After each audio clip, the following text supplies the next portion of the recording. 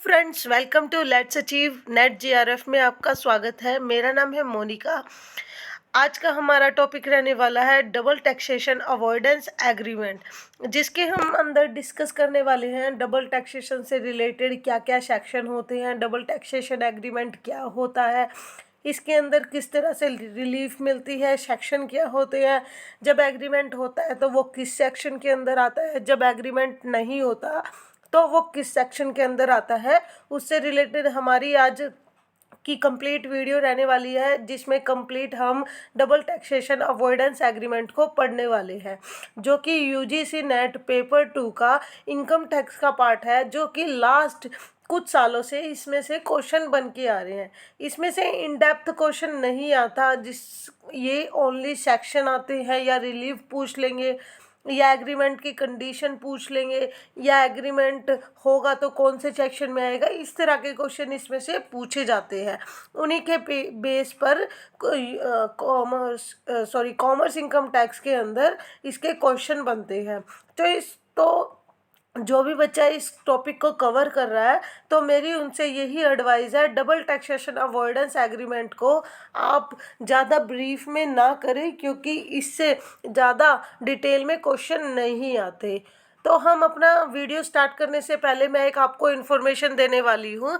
हमारी जल्द ही income tax से रिलेटेड कंप्लीट वीडियो आने वाली है, जिसमें कंप्लीट इनकम टैक्स का जो भी सिलेबस है यूजीसी नेट की तरफ से दिया गया है, साथ ही साथ जो भी पीवाईक्यू बेस्ड क्वेश्चन होते हैं उनकी जो वीडियोस होती है कंप्लीट, जो भी उसके क्वेश्चन है, जो भी उसकी एक्सप्लेनेशन है वो कंप्लीट, साथ ही साथ जो पीवाईक्यू की एनालिसिस होती है वो भी जो इनकम टैक्स से रिलेटेड है। हर वीडियो में जब जैसे ही यूनिट कवर करेंगे उसके साथ ही जो पीवाईक्यू की एनालिसिस है उसके साथ ही उसको अटैच कर दिया जाएगा, ताकि जो बच्चे बिगनर्स हैं, जिनको पूरा एक कंटेंट है या वीडियो है एक जगह नहीं मिल पाती, जिनको ढूंढना पड़ता है, जो पेड अफोर्ड नहीं कर सकते, मेरा मोटिव है मैं उनको ये वीडियो प्रोवाइड करवाऊं, ताकि वो अपनी जो प्रिपरेशन है यूजीसी नेट को लेकर वो अपनी प्रिपरेशन को स्ट्रॉन्ग रखे और अपना एग्ज़ाम को क्रैक करे जल्दी से जल्दी। डबल टैक्सेशन अवॉइडेंस एग्रीमेंट को हम स्टार्ट करते हैं। डबल टैक्सेशन अवॉइडेंस एग्रीमेंट क्या होता है, जैसे कि आपको पता है, जो कि जैसे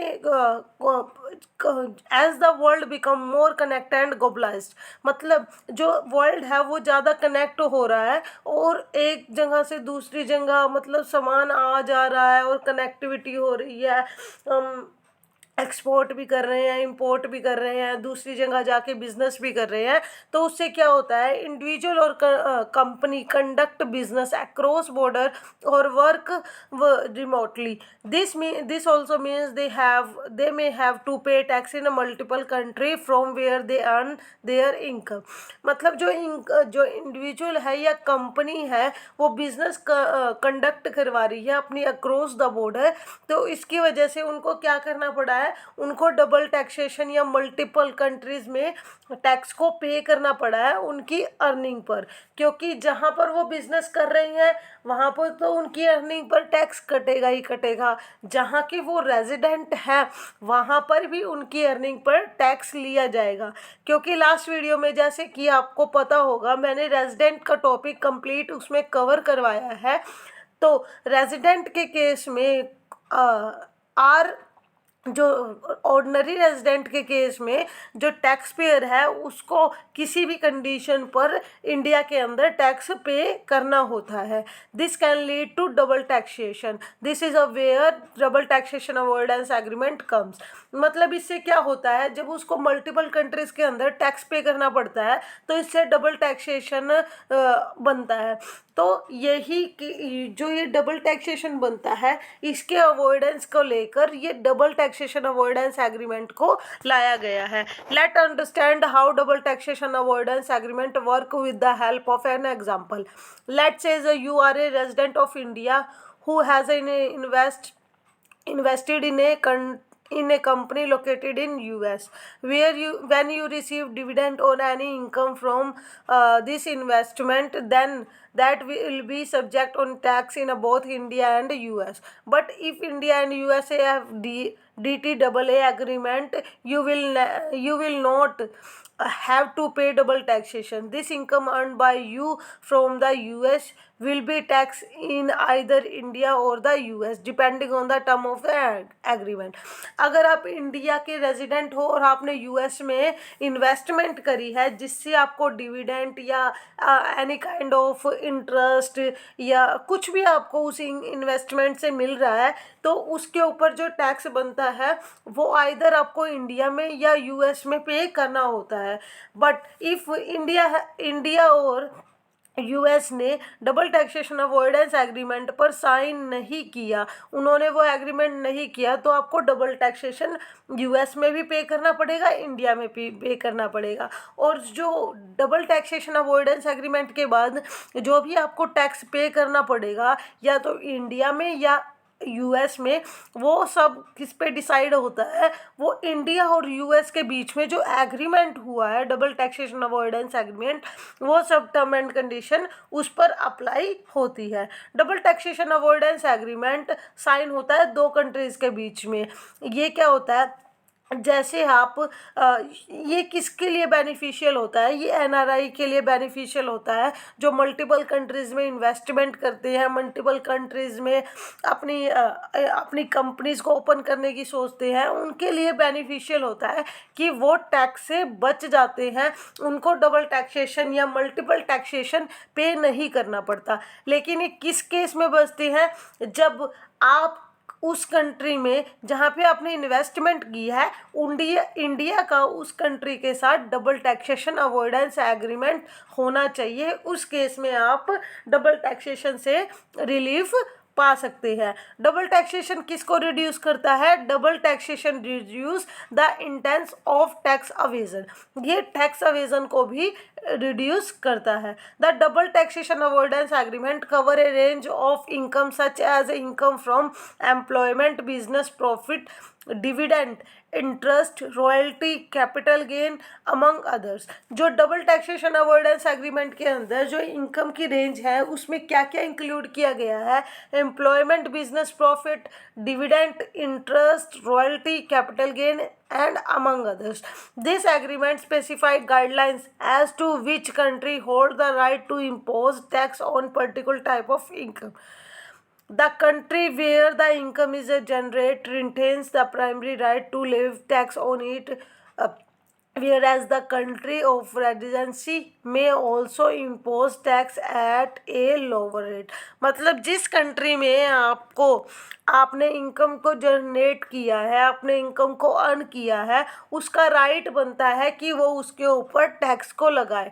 और जो कंट्री है जिसकी आप रेजिडेंस हो उसका भी वो भी इम्पोज करता है, वो भी अपना टैक्स लगाता है एट ए लोअर रेट पर. डबल टैक्सेशन अवॉइडेंस एग्रीमेंट का जो कॉन्सेप्ट है वो इसी चीज़ पर चलता है कि डबल टैक्सेशन जो अवॉइडेंस एग्रीमेंट है वो उन कंट्रीज़ के बीच में होता है जहाँ पे जो कंट्रीज़ आपस में मिलकर ये डिसाइड करती है कि हमें डबल टैक्सेशन अवॉइडेंस एग्रीमेंट से रिलीफ चाहिए कि हमारे लोग आपके कंट्रीज़ में ज़्यादा काम करते हैं और आपके लोग हमारी कंट्री में ज़्यादा काम करते हैं, तो उनकी इनकम पर इस तरह का कोई बर्डन ना है कि वो उस काम को ना करे जिससे ग्लोबलाइजेशन पर इफ़ेक्ट पड़ता है.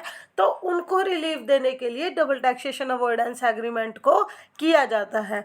तो double taxation avoidance agreement two way से होता है. सबसे पहले होता है इकोनॉमिकली, फिर जुडिशियली. इकोनॉमिकली डबल टैक्सेशन क्या होता है, जब when an income is a tax twice in a same country. जब डबल टैक्सेशन क्या होता है, इन अ सेम कंट्री के अंदर होता है. सेम कंट्री के अंदर मतलब स्टेट वाइज, जैसे एक स्टेट में आपने अर्न किया तो दूसरी स्टेट में भी आप जहाँ आप रहते हो उसमें भी टैक्स पे कर रहे हो, और जिस स्टेट में आपने अर्न किया है उसमें भी आप टैक्स पे कर रहे हो, तो वो इन कंट्री सेम कंट्री हो जाता है डबल टैक्सेशन, जिसको इकोनॉमिक डबल टैक्सेशन बोलते हैं. फिर उसके बाद आता है जुडिशली डबल टैक्सेशन. क्या होता है, जो दो कंट्रीज़ के बीच में होता है, जैसे इंडिया और यूएस. इकोनॉमिकली के अंदर क्या होता है, जैसे आपने हरियाणा के आप रेजिडेंट हो और आपने यूपी से कुछ इनकम को अर्न किया है, वो आपका इकोनॉमिक डबल टैक्सेशन के अंदर आ जाता है। और जुडिशली डबल टैक्सेशन के अंदर वो आता है जब आप इंडिया के रेजिडेंट हो और आपने यूएस से कुछ इन्वेस्टमेंट के ऊपर अर्निंग की है, वो आपका जुडिशियल डबल टैक्सेशन के अंदर आ जाता है। अब पढ़ते हैं purpose of double taxation avoidance agreement. जैसे एक कंट्री है, दो कंट्री है और थर्ड कंट्री है। एक कंट्री एक्स है, दूसरी वाई है, तीसरी जेड है। Each countries has its own tax system and right over tax भी है। उसका अपना खुद का एक टैक्स सिस्टम है और राइट है जो उसके टैक्स पेयर हैं उनसे टैक्स को कलेक्ट करने का। Double taxation of income in the hand of tax payer. Economic double taxation और जुडिशियल डबल टैक्सेशन मैंने अभी आपको बताया है। इकोनॉमिकली डबल टैक्सेशन क्या होता है, जब वो एक कंट्री के अंदर हो, एक कंट्री के अंदर जो टैक्स पेयर है वो मतलब एक ही कंट्री के अंदर हो लेकिन स्टेट वाइज वो उसको पे कर रहा हो। लेकिन जुडिशियल के अंदर क्या है, जब इनकम के ऊपर टैक्स लगता है दो कंट्रीज के अंदर, तो उसके अंदर डबल टैक्सेशन कैसे होता है ये हम आगे पढ़ने वाले हैं। डबल टैक्सेशन अवॉइडेंस एग्रीमेंट के अंदर जो income earn in foreign country है वो कैसे कैलकुलेट होती है और किस सेक्शन में उसको डिवाइड किया जाता है। तो सबसे पहले आते हैं रेजिडेंट के ऊपर। रेजिडेंट के ऊपर क्या होता है, उसको दो पार्ट्स में डिवाइड किया गया है। जब आप इंडिया के रेजिडेंट हो और आपको डबल टैक्सेशन से रिलीफ चाहिए तो वो किसके अंदर आती है, आप इंडिया के रेजिडेंट हो और जो आपकी कंट्री है, होम कंट्री है, उसका एग्रीमेंट हो फॉरेन कंट्री के साथ, तो आते हो आप सेक्शन 90 और 90A के अंदर। जब आप इंडिया के रेजिडेंट हो और आपने जो फॉरेन कंट्री है जैसे कि यूएस है उसके साथ जब आपका कोई एग्रीमेंट ना हो तो आप किसके अंदर आते हो, आप आते हो सेक्शन 91 के अंदर। जब आपका एग्रीमेंट, इंडिया का एग्रीमेंट है यूएस के साथ, तब तो आते हो आप सेक्शन 90 और 90A के अंदर। और जब आपका एग्रीमेंट नहीं है यूएस या फॉरेन कंट्री किसी भी के साथ, तो आते हो आप सेक्शन 91 के अंदर। और जो नॉन रेजिडेंट होते हैं वो नॉन टैक्स पेयर होते हैं क्योंकि वो आपकी कंट्री के रेजिडेंट नहीं है, उन्होंने वहीं पर फॉरेन में ही अर्न किया, फॉरेन में ही रहते हैं, तो वो वहीं पर ही टैक्स पे करेंगे। उनका इंडिया के अंदर या उनका DTAA से कोई लेना देना नहीं है, उनके ऊपर किसी तरह का इंडिया के अंदर कोई टैक्स नहीं बनता। अब आते हैं, इसको डिटेल में पढ़ते हैं। डबल टैक्सेशन अवॉइडेंस एग्रीमेंट है if there is a double taxation between India and other country specified association. तो वो क्या आता है, बिलेटरल रिलीफ के अंदर आता है, जिसके अंदर बिलेटरल रिलीफ से क्या मतलब है, जिसके अंदर दो कंट्रीज के बीच में आपस में डबल टैक्सेशन अवॉइडेंस एग्रीमेंट के ऊपर उन्होंने साइन किए हैं, उन्होंने एग्रीमेंट किया है, टर्म एंड कंडीशन डिसाइड की है, वो आते हैं हमारे बिलेटरल रिलीफ के अंदर, जो कि सेक्शन 90 और 90A के जो पर्सन हैं उनके ऊपर अप्लाई होता है। जब आपका दूसरी या फॉरेन कंट्री के साथ कोई डबल टैक्सेशन अवॉइडेंस एग्रीमेंट नहीं है तो आप आते हो यूनिलेटरल रिलीफ के अंदर, जो कि आता है सेक्शन 91 का पार्ट बनता है। जो बिलेटरल रिलीफ है जो कि एग्रीमेंट के होने पर मिलता है वो भी दो पार्ट्स में डिवाइड किया है। सबसे पहले आता है अजम्पशन मेथड, फिर आता है tax credit method. Exemption method क्या होता है, income is a taxed only in one country and exempt in another country. जो डबल टैक्सेशन अवॉइडेंस एग्रीमेंट होता है वो दोनों कंट्रीज अपनी टर्म एंड कंडीशन डिसाइड करती है कि उनको किस तरह का एग्रीमेंट करना है, उनकी टर्म क्या है, वो अजम्पशन मेथड को यूज़ करेंगी या वो टैक्स क्रेडिट मेथड को यूज़ करेंगी। अजम्पशन मेथड क्या होता है, जैसे आपने यूएस से इनकम को अर्न किया और इंडिया के आप रेजिडेंट हो तो आपका उन टर्म एंड कंडीशन के बेस पे किसी भी एक कंट्री के अंदर जो टैक्स है वो अजम्प्ट हो जाएगा ऑटोमेटिकली। आपको एक ही कंट्री के अंदर टैक्स को पे करना पड़ेगा, वो होता है अजम्पशन मेथड। लेकिन टैक्स क्रेडिट मेथड क्या होता है, income is a taxable in both the country and tax credit is a claim in the country in which taxpayer is a resident। मतलब आपको दोनों कंट्रीज के अंदर टैक्स पे करना पड़ेगा, लेकिन जो टैक्स क्रेडिट का क्लेम है वो आप जहाँ के रेजिडेंट हो उस कंट्री के अंदर आप जो टैक्स क्रेडिट का जो क्लेम है वो आप कर सकते हो कि जो आपको टैक्स का क्रेडिट बनता है उसके लिए आप रेजिडेंट जहाँ के हो इंडिया के अंदर आप उसके ऊपर क्लेम कर सकते हो, आपको वो वापस मिल जाता है। डबल टैक्सेशन अवॉइडेंस एग्रीमेंट दो तरह का होता है, मैंने अभी बताया, बिलेटरल रिलीफ और यूनिलेटरल। बिलेटरल रिलीफ क्या होता है, जब दो कंट्रीज के बीच में आपस में एग्रीमेंट हो, और जिसको आगे दो सब पार्ट्स में डिवाइड किया है, अजम्पशन मेथड और टैक्स क्रेडिट मेथड। और यूनिट्रल रिलीफ क्या होता है, जब दो कंट्रीज के बीच में आपस में एग्रीमेंट ना हो तो उस यूनिट्रल रिलीफ के बिहाफ पर, जो कि सेक्शन 91 का पार्ट है, उसके बिहाफ पर उसको रिलीफ दिया जाता है। अब आते हैं double taxation avoidance agreement section 90। Double taxation avoidance agreement मैंने आपको बताया सेक्शन 90 कैसे अप्लाई होता है। सेक्शन 90 उनके केस में अप्लाई होता है जब दो कंट्रीज के बीच में आपस में एग्रीमेंट हो, आपस में टर्म एंड कंडीशन उन्होंने डिसाइड की हो, उनके बेस पर उनका जो पूरा सिस्टम है, जो एग्रीमेंट है, जो डिसाइड हुआ है, वो इसके सेक्शन 90 के अंदर आता है।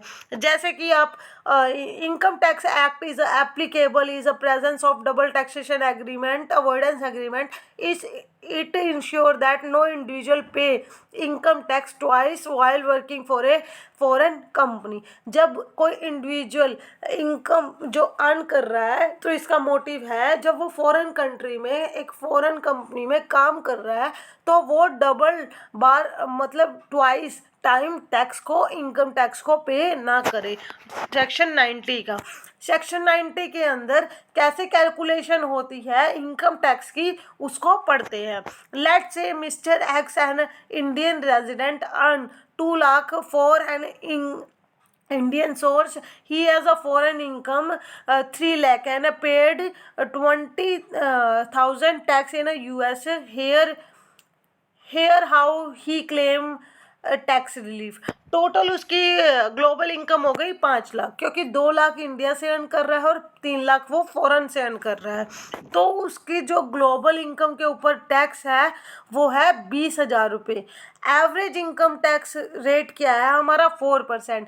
जब वो मतलब 4% जो 5 लाख के ऊपर उन्होंने कैसे निकाला, ये उन्होंने 5 लाख के ऊपर 5 लाख को डिवाइड कर दिया 20,000 से और मल्टीप्लाई कर दिया 1000 से, तो टैक्सेबल क्या हो गया 12,000 रुपये। 3 लाख पे 4% कैसे निकालेंगे, वो 12,000 रुपये हो गया। Tax already paid in the USA वो हो गया 20,000 रुपये। The relief applicable is a lower amount between 4 and 5 which is 12,000।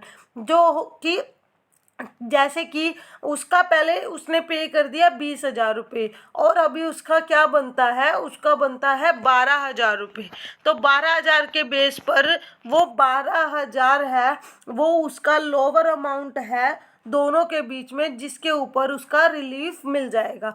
जो भी आपकी लोअर टैक्स लाइबिलिटी होती है उसके बेस पे आपको रिलीफ मिल जाता है। जो भी आपकी दोनों में से लोअर होगी वो आपको रिलीफ मिल जाएगा। उसके बाद आते हैं taxation of same income in 2 country. Tax relief, bilateral relief और यूनिलेटरल। बिलेटरल होती है 90 के अंदर आती है, जिसमें डबल टैक्सेशन अवॉइडेंस एग्रीमेंट होता है, और यूनिलेटरल क्या होता है जिसमें डबल टैक्सेशन अवॉइडेंस एग्रीमेंट नहीं होता। बिलेटरल को आगे 2 पार्ट्स में डिवाइड किया है, अजम्पशन मेथड और tax credit method. Exemption method मैंने आपको बता दिया, अब इसको डिटेल में पढ़ते हैं। अजम्पशन मेथड के अंदर 2 तरह से आते हैं, फुल अजम्पशन मेथड और exemption with progression. Full exemption method क्या होता है? Country of resident does not tax the income that has been tax in a same source country. मतलब जो फुल अजम्पशन मेथड के अंदर क्या होता है, जैसे आपने यूएस में अर्न किया और यूएस में आपने टैक्स पे कर दिया, तो जो रेजिडेंट कंट्री है वहाँ पर जो आपका टैक्स लाइबिलिटी है वो फुल अजम्प्ट हो जाती है। वो किसी तरह की आपकी टैक्स लाइबिलिटी आपको पे नहीं करनी पड़ती। अजम्पशन विद प्रोग्रेशन क्या होता है? Country of resident consider to add the doubly tax income in the total income only for the purpose of determination of effective tax rate। assumption method with progression क्या होता है? जो country है resident वो consider करती है to add करती है डबल टैक्सेशन इनकम को टोटल इनकम के अंदर। किस पर्पज से? कि जो इनकम टैक्स है उसकी जो डिटर्मिनेशन है वो इफेक्टिव टैक्स रेट से हो सके। और जो दूसरा होता है टैक्स क्रेडिट मेथड, वो 4 तरह का होता है, 4 तरह का होता है, जिसको full credit, ordinary credit, tax sparing credit और अंडरलाइन टैक्स क्रेडिट के बेस पर अलग अलग उसको डिवाइड किया गया है। फुल क्रेडिट क्या होता है? Deduction is allowed for the entire tax paid in the source country. Full deduction allowed होती है उसको सोर्स कंट्री के अंदर। ऑर्डिनरी क्रेडिट क्या होता है? Deduction is a qualified based on taxes paid in the country of resident. वो deduction allowed होती है उसकी जो होम कंट्री के अंदर या जिसके वो रेजिडेंट है उस कंट्री के अंदर, जो उसकी क्वालिफिकेशन होती है, क्वालिफाइड होती है बेस टैक्स पेड के बेस पर। टैक्स पेयरिंग क्रेडिट क्या होता है? Country of resident grant credit for the taxes that would have been payable in the country of source but was not paid because of the incentives provided by the country of sources। मतलब जो country है resident country है वो grant करती है credit for the tax that would have been paid in the country of source but would not paid because of the incentive provided by country of source. तो underline tax credit क्या होता है? Credit is granted by the country of resident not only for the taxes withheld on dividend but also the corporate tax paid on the underlying profit out of which dividend is appeared. Underline tax credit के अंदर उन सभी के ऊपर भी tax दिया जाता है जो कि डिविडेंड से अलग होते हैं, जो कि कॉरपोरेट टैक्स होते हैं और जिनके अंदर प्रॉफिट लाई करता है, out of which dividend is paid. वो सब इसके अंडरलाइन टैक्स क्रेडिट के अंदर उनको डाला जाता है, उनके ऊपर अंडरलाइन टैक्स क्रेडिट के बेस पर उनको क्रेडिट दिया जाता है, उनको रिलीफ दिया जाता है। आपको वीडियो अच्छी लगी हो तो चैनल को सब्सक्राइब कीजिए, वीडियो को लाइक कीजिए, शेयर कीजिए, कमेंट कीजिए। हमारा नेक्स्ट टॉपिक है वो एग्रीकल्चर से रिलेटेड होने वाला है, जिसमें कंप्लीट हम एग्रीकल्चर पढ़ने वाले हैं और जो कंबाइंड वीडियो है जल्दी आपको मिल जाएगी कुछ दिनों के अंदर। और उसकी पीडीएफ है, अगर आप पीडीएफ उसकी लेना चाहते हो तो वीडियो पे एंगेजमेंट को इंक्रीज कीजिए, शेयर कीजिए, कमेंट कीजिए। मेरा टेलीग्राम चैनल है लेट्स अचीव नेट जीआरएफ, उस पर आपको वीडियो मिल जाएगी, सॉरी वीडियो नहीं पीडीएफ मिल जाएगी, तो आप उसको भी सब्सक्राइब कर लीजिए, ये फॉलो कर लीजिए। Thank you so much.